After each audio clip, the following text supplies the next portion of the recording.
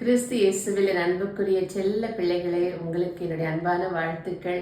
ரொம்ப சந்தோஷம் இந்த விடுமுறை நாட்களில் உங்கள் பொழுதை வீணடிக்காமல் இறை வார்த்தையை கேட்டு நம்மை படைத்த கடவுளை இன்னும் அதிகமாய் அறிந்து நேசிக்க ஒரு தீர்மானம் எடுத்து இந்த விடுமுறை வேதாகம் பள்ளிக்கு வந்திருக்கிறீங்க. உங்களுக்கு என்னுடைய அன்பும் ஜெபங்களும். இந்த வேதாகம் பள்ளியில் நீங்கள் பரிசுத்த ஆவியானவரை குறித்து நீங்கள் தியானிக்க ஆரம்பிச்சிருக்கீங்க. ரொம்ப சந்தோஷம். நம்ம ஒவ்வொருவருக்கும் அடிப்படையில் நாம் ஒரு கிறிஸ்துவ வாழ்க்கை வாழ்வதற்கு தேவையானவர் பரிசுத்த ஆவியானவர். அவரை குறித்தான் நம்ம அறிந்து கொண்டிருக்கின்றோம். இன்னைக்கு அவருடைய கனிகள், பரிசுத்த ஆவியின் கனி அப்படின்னு சொல்லப்படுகிற அந்த அன்பு, மகிழ்ச்சி, அமைதி, பொறுமை, பரிவு, நன்னயம், நம்பிக்கை, கனிவு, தன்னடக்கம் ஆகிய அந்த 9 கனிகளிலே தலையாய கனியாக சித்தரிக்கப்பட்டுள்ள அன்பு என்கிற அந்த தூய ஆவியானவருடைய கனியை குறித்து இந்த நாளில் நாம தியானிப்போம். ரொம்ப அழகா அமைதியா அமர்ந்து எந்த டிஸ்ட்ராக்ஷன் கிட்ட கொடுக்காம நீங்க செவி கொடுங்க. ஏன்னா நம்ம ஒவ்வொருவரும் வாழ்க்கையில் அனுபவிக்கக்கூடிய ஒரு விஷயம் அன்பு, பெற்றுக்கொள்ள ஏங்குகிற ஒரு விஷயம் அன்பு, கொடுக்க விரும்புகிற ஒரு விஷயம் அன்பு. ஆனால் அதை கொடுக்க முடியல, பெற்றுக்கொள்ள முடியல, ஏங்கி தவிக்கின்றோம். ஸோ அப்படிப்பட்ட ஒரு சிறந்த ஒரு கனியாகிய அன்பை குறித்து நம்ம தியானிப்போம். இப்போ நீங்கள் கலாத்தியர் 5வது அதிகாரம் 22வது இறைவார்த்தையில தான் இது இப்படியாக எழுதப்பட்டுள்ளது. தூய ஆவியின் கனியோ அன்பு, மகிழ்ச்சி, அமைதி, பொறுமை, பரிவு, நன்னயம், நம்பிக்கை, கனிவு, தன்னடக்கம் என்று சொல்லி 9 காரியங்கள். அதில் பார்த்தீங்கன்னா அன்பு அப்படின்னு எடுத்துக்கிட்டீங்கன்னா மிச்சம் உள்ள 8 கனிகளும் அதில் அடக்கமாக இருக்கிறது. அதனால தூய ஆவியின் கனியோ அப்படின்னு சொல்லிட்டு அன்பு அப்படின்னு ஆரம்பிக்கிறாங்க. அந்த அன்பினுடைய கேரக்டரிஸ்டிக்ஸ் பார்த்தீங்கன்னா மிச்சம் 8மே அதுக்குள்ள அடங்கி இருக்கு. ஸோ அப்படிப்பட்ட ஒரு முழுமையான ஒரு நிறைவுள்ள ஒரு அன்பை குறித்து தான் நம்ம இன்னைக்கு நல்லா தியானிக்க போகின்றோம். அப்போ அந்த அன்பு அப்படிங்கிறது என்ன? இப்போ அதுக்கு முன்னாடி சொல்லப்பட்டிருக்குதுன்னா ஊனியல்பின் காரியங்கள் எல்லாருக்கும் தெரியுமே. அப்படி ஊனியல்பின் கனிகள் சொல்ல ஊனியல்பின் செயல்கள் எல்லாருக்கும் தெரியும். பரத்தமை, கெட்ட நடத்தை, களவு, சண்டை, சச்சரவு என்று சொல்லி நிறைய ஊனியல்பின் செயல்கள் சித்தரிக்கப்பட்டிருக்கும் 19வது இறைவார்த்தையில். 22வது தான் தூய ஆவியின் கனியோ. அப்போ கனி அப்படின்னா ஃப்ரூட் அப்படின்னா ஒரு மரம் இருக்கு. உங்க வீட்டில் ஒரு மரம் இருக்கு, மாமரம் இருக்கு. எப்படி தெரியும் அது மாமரம்னு? அது மாங்கனி கொடுத்தாதான் அது மாமரம். ஒரு தென்னை மரம் நட்டு வைக்கிறீங்க, அது தேங்காயில் வந்தாதான் தென்னை மரம். அதுல தேங்காய் வரலன்னா தென்னை மரம் கிடையாது. அப்போ ஒரு மரம் தன் கனியால் அறியப்படும். நல்ல மரம் கெட்ட கனிகளை கொடுப்பதில்லை, கெட்ட மரம் நல்ல கனிகளை கொடுப்பதில்லை என்று தெளிவாக பைபிள்ல மரம் கனி என்பதை குறித்து ரொம்ப அழகா கடவுள் நமக்கு விளக்கி இருக்கின்றார். அப்ப இதுல என்ன சொல்ற? தூய ஆவியின் கனியோ. அப்ப தூய ஆவியின் கனியோன்னு எங்கேயோ இருந்துட்டு தூய ஆவி கொடுக்கிற கனி இல்ல. தூய ஆவி ஒருவருக்குள்ள இருந்தா, எனக்குள்ள பரிசுத்த ஆவியானவர் இருந்தா நான் இந்த கனிகளை கொடுக்கணும். நான் தென்னை மரம்னா எப்படி தேங்காய் கொடுக்கணுமோ, நான் மாமரம்னா எப்படி மாங்காய் கொடுக்கணுமோ, அதே போல நான் பரிசுத்த ஆவியானவரை நான் பெற்றிருந்தேனாகில், நான் பரிசுத்த ஆவியின் ஆலயமாகிய உடலை நான் வைத்து கொண்டு வாழ்கிறேன் என்று சொன்னால் என்னிடத்தில் இந்த கனிகள் இருக்கணும், கண்டிப்பா இருக்கணும்.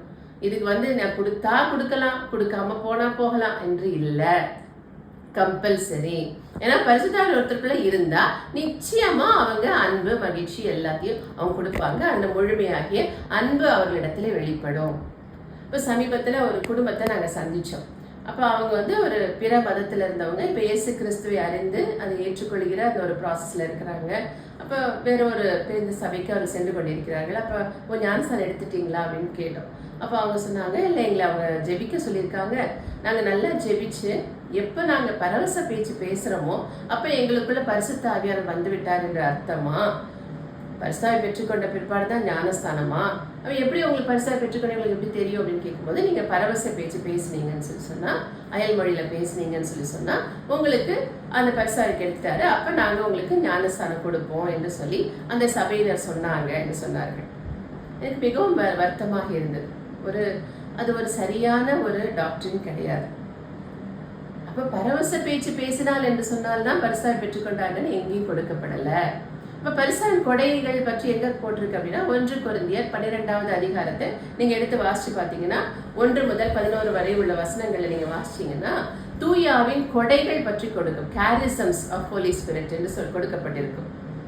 அது என்ன கொடுக்கப்பட்ட? இறைவாக்கு உரைக்கும் வரம், அற்புதங்கள் செய்கிற வரம், அறிவு சார்ந்த ஒரு சொல்வளம், ஞானம் சார்ந்த சொல்வளம் என்று பரவச பேச்சை விளக்குகிற ஆற்றல், குணமளிக்கும் ஆற்றல் என்று சொல்லி நிறைய கொடைகள் கொடுக்கப்பட்டிருக்கும். ஆனா அது கம்பல்சரியா எல்லாருக்கும் இருக்கணும்னு அதுல போடப்படல. தூய ஆவியானவர் ஒருவர் தான். கொடைகள் பல வகை. அவர் பரிசுத்த ஆவியானவர் பொது நன்மைக்காக இந்த கனிகளை, இந்த கொடைகளை எல்லாருக்கும் கொடுக்கிறார் என்று சொல்லி அதுல எழுதப்பட்டிருக்கிறது. அப்ப கொடைகள் பகிர்ந்தளிக்கப்படுகிறது, அவரவர் தேவைக்கு ஏற்ப அது பகிர்ந்தளிக்கப்படுகிறது. ஆனால் கனிகள் ஒவ்வொருவரும் கொடுத்தாகணும். தூயாவின் கனிகளை நம்ம ஒவ்வொருத்தரும் கொடுக்கணும். நம்ம கொடுக்க வேண்டிய காரியம் தூயாவின் கனி என்பது. கொடைகள் கடவுள் நமக்கு கொடுக்கின்றார், அதுவும் பகிர்ந்து கொடுக்கின்றார். அதே மாதிரி நம்ம வரங்கள் என்று படிக்கிறோம். ஞானம், புத்தி, அறிவு, விமரிசை, திடம், பக்தி, தெய்வ பயம் என்று சொல்லி நம்ம பழைய ஏற்பாட்டுல வாசிக்கின்றோம். அது என்ன அப்படின்னு சொன்னா கொடைகள், அதுவும் வரங்கள் கடவுள் நமக்கு கொடுக்கிறது. இந்த மைனர் கிஃப்ட்ஸ் என்று சொல்லுவோம். இந்த 1 கொரிந்தியர் 12 இருப்பது மேஜர் கிஃப்ட்ஸ் என்று சொல்லுவோம். இது எல்லாமே கடவுள் நமக்கு கொடுக்கக்கூடிய கொடைகள், வரங்கள். ஆனா கனி என்பது நாம தரக்கூடியது. அப்ப இந்த கனி தான் அன்பு என்று சொல்லக்கூடியது. அப்ப நீங்க புரிஞ்சுக்கணும், கொடை, பரிசுத்தாவின் கொடைனா என்ன, கனிகள் என்று சொன்னால் என்ன. இது நம்ம கொடுக்கக்கூடிய ஒரு பரிசுத்தாவியை பெற்றுக்கொண்ட ஒவ்வொருவரும் கொடுக்க வேண்டிய ஒரு காரியம் தான் இந்த அன்பு. அப்ப இந்த அன்பு இப்பதான் அன்பு அப்படின்னு சொல்லி ஒரு ஹார்ட்டை போட்டுறோம், ஒரு லவ்னு எழுதி வச்சிடறோம். இதெல்லாமே அன்பு என்று சொல்றோம். ஆனா ஒரிஜினலா நம்ம பழைய மொழிபெயர்ப்புகள் எல்லாவற்றையும் எடுத்து பார்க்கும்போது இந்த பைபிள், இப்ப நம்ம வாசிக்கிறோம் இந்த பைபிள்ல அன்பு என்று போடப்பட்ட ஒவ்வொன்றுமே எப்படி இருக்கும் அப்படின்னு சொன்னா தேவ ஸ்நேகம், தேவ அன்பு, டிவைன் லவ் அல்லது சேரிட்டி என்று சொல்லப்படுகிற வார்த்தைகள், அகாபே லவ் என்று சொல்லிதான் இந்த வார்த்தைகள்ல தான் அது குறிக்கப்பட்டிருக்கும். நாம இன்னைக்கு நடைமுறை வாழ்க்கையில சொல்றோம்ல அன்பு அன்பு, நான் உன்னை அன்பு செய்யறேன் அப்படின்னு சொல்றல, அந்த அன்பு அல்ல இது. அப்ப அந்த அன்பு வேற இந்த அன்பு வேறன்னா, ஆமா இதுதான் முழுமையான அன்பு. அப்ப அரைகுறையான அன்பு அப்படின்னு சொல்லி சொன்னா ஒரு படிநிலைகள் இருக்கிறது, வகைகள் இருக்கிறது. அன்புல நிறைய வகை இருக்கு. இப்போ ஒரு சாப்பாடு அப்படின்னா நிறைய வகை இருக்குது இல்லையா? அது மாதிரி ஒரு அன்பு அப்படின்னு சொன்னாலும் இப்ப நம்ம உலகத்துல காணப்படுகிற அந்த அன்பில பல வகைகள் உண்டு. அது C.S. லூயிஸ் அப்படிங்கிற கூடிய ஒரு விவிலிய அறிஞர் என்ன சொல்றார் அப்படின்னா 4 வகையாக பிரிக்கின்றார். அன்பு என்பதை 4 வகையா சொல்றார். என்ன அந்த 4 வகை அப்படின்னா நீங்க குறிச்சு வச்சுக்கோங்க. ஈராஸ், ஃபீலியா, ஸ்டார்ஜ், 4வதாக அகாபே என்று சொல்லி 4 வகை அன்பு. அதை நான் உங்களுக்கு தமிழ்ல புரியுற மாதிரி சொல்றேன் பாருங்களேன்.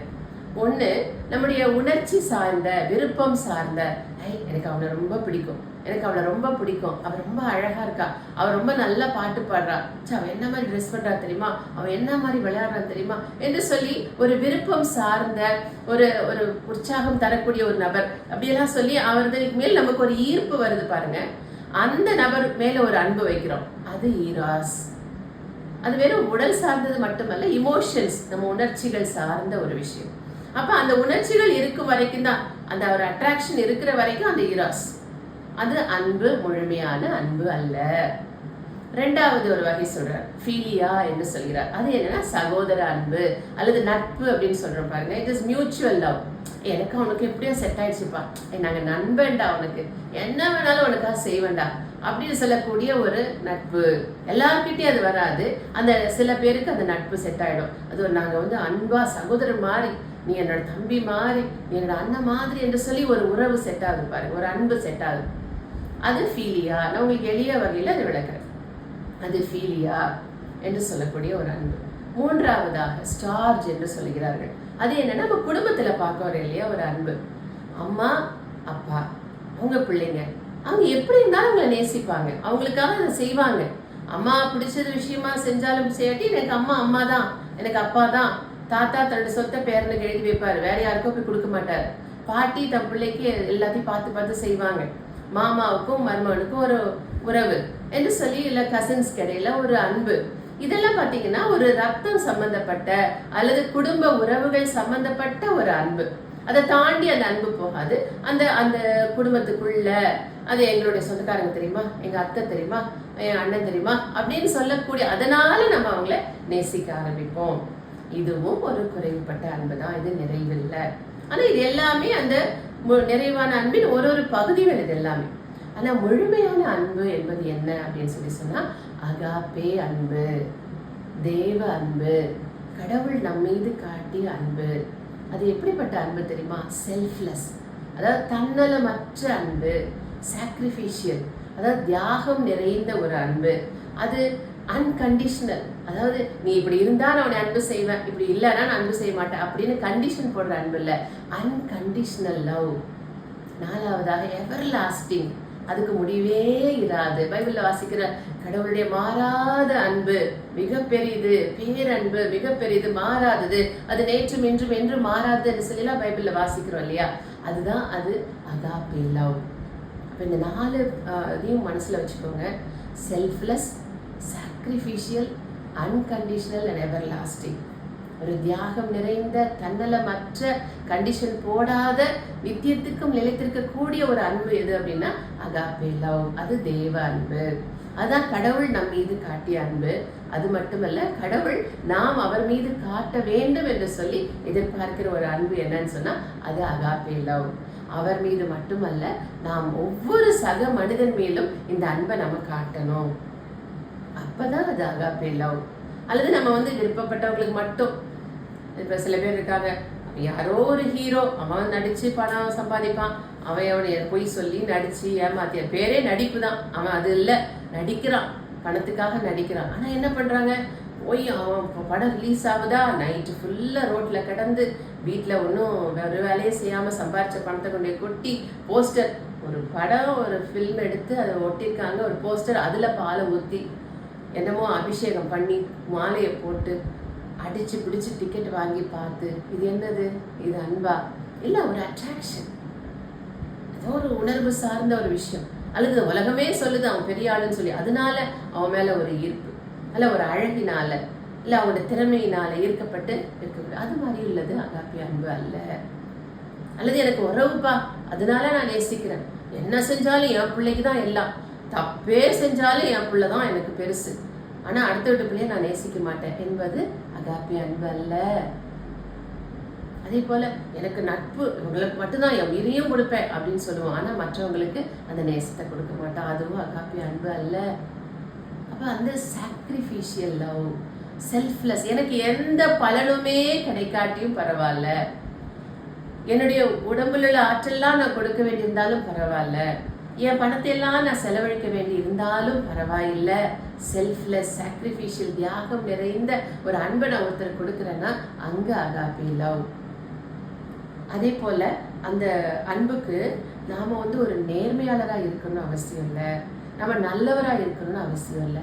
இப்ப நீங்க என்னை நேசிக்கணும், நான் ரொம்ப நேர்மையாளரா இருக்கிறேன், நான் ரொம்ப நல்லவ அப்படிங்கிறதுனால என்னை நேசிச்சீங்கன்னு சொன்னா அதுவும் ஒரு விதமான ஈர்ப்பு தான். ஆனா நான் பாவம் செய்யறேன், நான் உங்களுக்கு நம்பிக்கை துரோகம் பண்றேன், நீங்க எனக்கு நல்லது பண்ணியும் நான் நன்றி கிட்டத்தனமா நடந்துக்கிறேன், உங்க முதுகுல குத்துறேன், உங்களுக்கு விரோதமா செயல்படுறேன், உங்களை அடிக்கிறேன், உங்களுக்கு எதிராக எல்லாமே செய்யறேன், அப்பவும் நீங்க என்னை நேசிச்சீங்கன்னா அது agape love.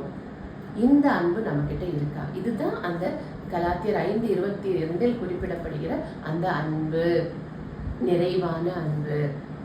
To the undeserving, to the ungrateful and even to the enemies. நன்றி கெட்டவர்களுக்காக, தகுதியே இல்லாதவர்களுக்காக, பகைவர்களுக்காக கொடுக்கப்படுகிறது அந்த அன்பு. அதான் அகாப்பே லவ், அதான் கடவுளுடைய அன்பு, அதான் டிவைன் லவ், அதான் சேரிட்டி, அதான் தேவ ஸ்நேகம் என்று சொல்லப்படுகிற அன்பு. அப்போ நம்ம அந்த ஃபீலியா லவ் அப்படின்னு சொல்லும்போது நண்பர்களுக்காக தன் உயிரை யாராவது கொடுக்கலாம் அப்படின்னு சொல்லிட்டு யோவான் நற்செய்தி 15வது அதிகாரம் 13வது வசனத்துல இயேசு கிறிஸ்துவே சொல்றார், நண்பர்களுக்காக ஒருத்தர் உயிரை கொடுப்பது மேலான அன்பு அப்படின்னு சொல்லிட்டு உங்களை நான் நண்பர்கள் என்கிறேன் என்று சொல்கிறார். ஆனா அது அவருடைய பெருந்தன்மையை சொல்றார், நம்மளை நண்பர்களை ஏற்றுக்கொள்கிறேன்னு சொல்றார் சீடர்களை நோக்கி. ஆனா அதே நீங்க ரோமருக்கு எழுதிய திருமுகத்துல 5வது அதிகாரம் 7வது வசனத்துல பவுலடிகார் இப்படியாரு சொல்றார், நேர்மையாளருக்காக ஒருவர் உயிரை கொடுத்தலே அரிது, ஒருவேளை நல்லவர் எவருக்காவது ஒருத்தர் உயிரை கொடுக்கலாம், ஆனால் நாம பாவிகளா இருக்கும் பொழுதே, நாம கடவுளுக்கு பகைவர்களா இருக்கும் பொழுதே, when we were enemies of God, நான் கடவுளுக்கு விரோதமான காரியங்களை செய்து, கடவுளுக்கு விரோதமா பேசி, அவசங்கியா நடந்து, நான் எல்லா விதமான பாவங்களை நான் செய்து கொண்டு இருக்கிற பொழுதே இயேசு கிறிஸ்து வழியாக கடவுள் என் மீது அன்பு கூர்ந்தாரே, அந்த அன்பு மிக பெரிது, ஜீவன் தந்து அன்பு கூர்ந்தாரே என்று சொல்லி பவுலடிகளார் சொல்வார். இது அகாப்பே லவ், இதுதான் அந்த தெய்வ ஸ்நேகம். இப்படிப்பட்ட அன்பை தான் நாமளும் ஒருத்தர் கொடுக்கணும்னு கடவுள் எதிர்பார்க்கின்றார். நீ நல்லா இருக்கியா, நான் நல்லா இருப்பேன். நீ தப்பு செஞ்சனா நான் டபுள் மடங்கு தப்பு செஞ்சிருவேன் என்பது அல்ல அகாப்பே லவ். அதுவல்ல அன்பு. அது அன்பினுடைய முழுமை அல்ல. அது குறைவுபட்ட நம்ம இந்த உலகத்துல பார்க்கிற நேசம். நீ நல்லா இருந்தா நல்லா இருப்பேன், நீ லவ் பண்ணியா நான் லவ் பண்ணுவேன், இல்லாட்டி ஆசை எடுத்து மூத்துல வீசிட்டு போயிட்டே இருப்பேன், பெட்ரோலை ஊத்தி கொளுத்திடுவேன், அருவாள் எடுத்து வெட்டிடுவேன். நீ பணம் கொடுக்கலையா, அம்மாவா இருந்தாலும் பரவாயில்ல, நான் குழியில தள்ளி விட்டு சாவடிச்சிருவேன். சகோதரனா நீ எனக்கு சொத்தே கொடுக்கலையா, உடனே கொன்றுவேன், ஆளை வச்சு அடிச்சு கொன்றுவேன். இது குறைவுபட்ட, அது அன்புனே சொல்ல முடியாத கீழ்த்தரமான செயல்களை நாம் அன்பு என்று நம்பி ஏமாந்து கொண்டிருக்கின்றோம். ஆனால் முழுமையான அன்பு என்பது எப்படிப்பட்டவனா இருந்தாலும் நான் நேசிக்கணும்னு ஒரு தீர்மானம் எடுத்துட்டேன். ஏன் அந்த தீர்மானம்? ஏனென்றால் என் ஆண்டவராக இயேசு கிறிஸ்து சொன்னார், புதிய கட்டளை நான் உனக்கு தருகிறேன், உங்களுக்கு நான் அன்பு செய்தது போலவே நீங்கள் ஒருவர் மற்றவரிடம் அன்பு செலுத்துங்கள். இதுவே நான் உங்களுக்கு கொடுக்கக்கூடிய புதிய கட்டளை. நீங்கள் ஒருவர் மற்றவரிடம் காட்டும் அன்பிலிருந்து நீங்க என்னுடைய சீடர்கள் என்று அவர்கள் அறிந்து கொள்வார்கள் என்று சொல்லி இயேசு கிறிஸ்து சொன்னார். அப்ப இயேசு கிறிஸ்துவின் சீடர்கள் என்று நாம் இந்த உலகத்தில் அடையாளப்படுத்தக்கூடிய ஒரே விஷயம், இந்த தூய ஆவியின் கனியை நம்ம கொடுக்கணும். அப்ப பரிசுத்த ஆவி நமக்குள்ள இருந்தா இப்படிப்பட்ட ஒரு அன்பை நாம் கொடுக்க வேண்டும். இந்த அன்பு எங்கிருந்து வரும்? எங்கேயாவது கடையில் போய் வாங்கிட்டு வர முடியுமா? படிச்சு கத்துக்கலாமா? ஏதாவது புக்கு இருந்து தெரிஞ்சுக்கலாமா அப்படின்னா இல்லை. நம்ம எடுத்து வாசிப்போம். ரோமருக்கு எழுதிய திருமுகம் 5வது அதிகாரம் 5வது வசனம் சொல்கிறது, தூய ஆவியானவர் வழியாக, நாம் பெற்றுக்கொண்ட தூய ஆவியானவர் வழியாக கடவுளுடைய அன்பு உங்கள் உள்ளங்களில் ஊற்றப்பட்டிருக்கிறது என்று சொல்கின்றார். இனிமேல் புதுசா கடையில வாங்கிட்டு வர வேண்டாம், நீ உண்டாக்க வேண்டாம், நீ தயாரிக்க வேண்டாம், நீ பெருசா டாயில் பண்ண வேண்டாம். மாறாக நீங்கள் பெற்றுக்கொண்ட அந்த தூயாவின் வழியாக உங்கள் உள்ளங்களில் பரிசுத்த ஆவியானவர் அந்த அன்பை ஊற்றி இருக்கின்றார். அது நீங்க செய்ய வேண்டியதெல்லாம் உங்க பாத்திரத்தை சரியா வச்சுக்கோங்க, சுத்தமா வச்சுக்கொண்டு அந்த பெற்றுக்கொண்ட அந்த அன்பை கொடுக்க ஆரம்பிங்க. அன்கண்டிஷனலா கொடுங்க, சுயநலம் இல்லாம கொடுங்க, தியாகத்தோட கொடுங்க. அப்படி கொடுக்கிற பொழுது அந்த அன்பு அது கனி தருகிற ஒரு அன்பாக, அதுல எல்லாமே அன்பு, மகிழ்ச்சி இருக்கும், பொறுமை, பரிவு, நன்னயம், நம்பிக்கை, கனிவு, தன்னடக்கம் எல்லாம் ஆட்டோமேட்டிக்கா வர ஆரம்பிக்கும். ஏனென்றால் அது தேவ சிநேகம், அது முழுமை. ஆகவே இந்த உணர்வோட நம்ம ஜெபிக்க ஆரம்பிப்போம். எனக்குள்ள கொடுத்திருக்கீங்கப்பா அந்த பரிசுத்த ஆவியானவரை, அவர் வழியாக எனக்குள்ள அன்பை ஊற்றி இருக்கிறீங்க, நான் பெற்றுக்கொண்டிருக்கிறேன். நான் பாவியா இருக்கும் பொழுது நீங்க எனக்காக உயிரை கொடுத்து அந்த அன்பு இன்னதுன்னு எனக்கு காட்டியிருக்கீங்க. இப்படித்தான் அன்பு செய்யணும்னு சொல்லி கொடுத்திருக்கீங்க. ஆண்டவரே, நானும் அது போல அன்பு செய்யணும்ப்பா. என் சக மனிதன் அன்பு செய்யணும். தகுதி இல்லாதவர்களை, பகையாளிகளா இருக்கிறவங்க, எனக்கு எதிர்க்கிறவங்களை, என்னை புரணி பேசுகிறவர்களை நான் அன்பு செய்வேன். என்னை சபிப்போருக்கு ஆசை கூறுவேன், என்னை துன்புறுத்துவோருக்காக நான் ஜெபிப்பேன். நான் தீமைக்கு பதில் தீமை செய்ய மாட்டேன், மாறாக நன்மையே செய்வேன் என்று சொல்லி நீங்க ஜெபிக்க ஆரம்பிங்க, அன்பு செய்ய ஆரம்பிங்க, கொடுக்க ஆரம்பிங்க. பெற்றுக்கொள்கிறவர்களாக இருக்காம கொடுக்க ஆரம்பிங்க. கடவுளிடமிருந்து பெற்றுக்கொண்டோம், நாம் பிறருக்கு கொடுப்போம். அந்த முழுமையான அன்பை பிறருக்கு கொடுத்து இந்த உலகத்தை அன்பு நிறைந்த ஒரு உலகமாக நாம் மாற்றுவோம். இன்னைக்கு உங்களுக்காக ஒரு கேள்வி. இன்னைக்கு 2 வசனம் ஒரே புத்தகத்திலிருந்து, ஒரே அதிகாரத்திலிருந்து நான் மென்ஷன் பண்ணேன். ஒரே திருமுகம், ஒரே அதிகாரம், ஆனால் 2 டிஃப்ரெண்ட் வேர்சஸ் மென்ஷன் பண்ணேன். அது என்னன்னு நீங்க திரும்ப அந்த மெசேஜை கேட்டு அந்த பதிலை எழுதி அனுப்பி உங்களுக்கான பரிசுகளை பெற்றுக்கொள்ளுங்கள். ஒரு சின்ன ஜெபம் சொல்லுவோமா? எங்கள் அன்பின் தகப்பனே, பிள்ளைகளை ஆசீர்வதிங்கப்பா. நீர் அவர்களுக்குள் ஊற்றிருக்கிற அந்த தேவ அன்பை பற்றி எறிய செய்யுங்க ஆண்டவரே. அப்ப அன்பின் முழுமையை பெற்றவர்களாக இந்த பிள்ளைகள் கொடுப்பார்களாக. அன்பை கொடுத்து, தியாகம் நிறைந்த, தன்னலமில்லாத, அன்கண்டிஷன் லவ் கொடுத்து இந்த உலகத்தை அன்பு நிறைந்த ஒரு உலகமாய் மாற்றுவார்களாக. உம்முடைய சாட்சிகளாய் துலங்குவார்களாக. எங்கள் ஆண்டவர் இயேசு கிறிஸ்துவின் நாமத்தில் ஜெபிக்கிறோம் எங்கள் ஜீவனுள்ள நல்ல பிதாவே. ஆமென். God bless you.